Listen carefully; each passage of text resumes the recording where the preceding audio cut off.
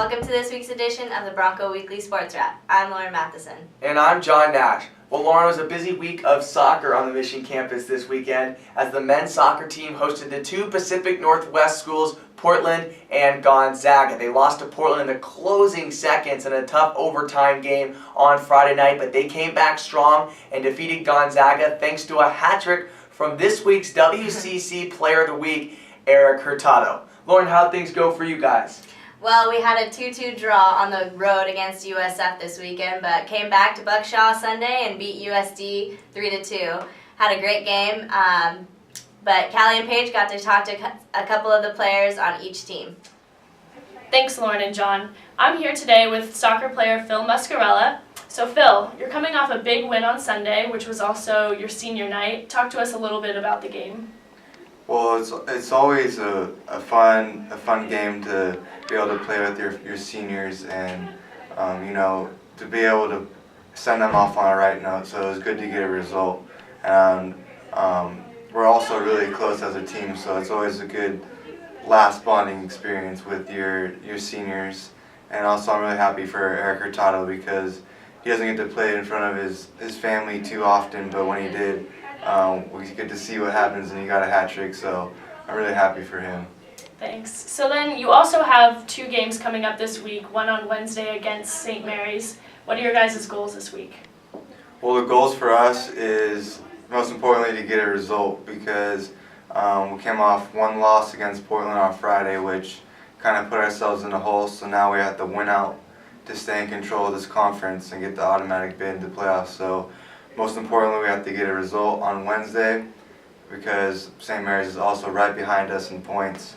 And so it's a really big game for us, and just focus one game at a time. So St. Mary's on Wednesday, and hopefully we can come up on top. Thanks, Phil. Thanks, guys. So I'm here with Andi Tostanoski and Dani Weatherholt, two of our starting freshmen. So, Dani, you scored the winning goal against Gonzaga last weekend. Tell me about that. Well, I was having an off game, and the team did a really good job of picking me up and keeping me focused, and Lauren Matheson played a great ball, and I headed it in. Thank you. Andi, you were named Top Drawer Soccer's Goalkeeper of the Week. How does that feel to be given such a great honor as a freshman? It feels so awesome to be recognized for all the hard work that I put in, but it's just so great to be part of such a great team, and I'm just so excited for the rest of the season. Thank you. So these two also happen to be roommates, so I'm going to ask you guys a couple questions about that. So first off, who snores? I don't think either of us snore. Really? Neither of you? No. Okay. Which one of you guys is the messiest? Andi? Definitely. Uh-oh. Okay, so do either of you guys have an embarrassing or funny story about the other one? Well, I wake up sometimes in the middle of the night to Dani giggling a lot, and she talks. She talks to me in her sleep, actually. I'm a sleep talker. Nice, me too. It's okay. Okay, thank you. I'm here today with Meleana Shim on the women's soccer team. So Mana, after your guys' win on Sunday, you scored the winning goal. What did that feel like? It was really, really exciting for about 2 seconds, and then I realized, and I think the team realized, that it was absolutely ridiculous that we were down, or tied 2-2 and about to go into overtime. So it was really fun because that was probably the most important goal I've scored in my career. I think the first game winner I've had, and that was exciting, but I think as a team we know we could have done a better job. And then with senior night coming up this Thursday, what are your feelings about how the season's winding down? I'm really excited, looking forward to senior night. I'm sad that it's coming to an end, of course. I can't believe it's happened so quickly. But I'm excited going into the tournament that we're playing well and hopefully get 2 more big wins this weekend and go into the tournament like that. Thanks, Mana. Back to you, Lauren and John. Well, men's water polo had a hard-fought game against LMU this past week. They'll now host UC San Diego and Stanford this weekend. Should be a good match.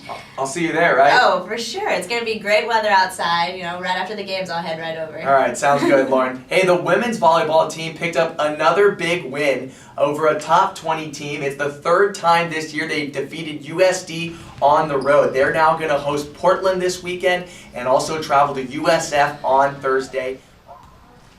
Well, the cross-country team competed up in Portland this past weekend in the WCC Championships. They'll now compete at the Doc Adams Invitational. Good luck to both teams.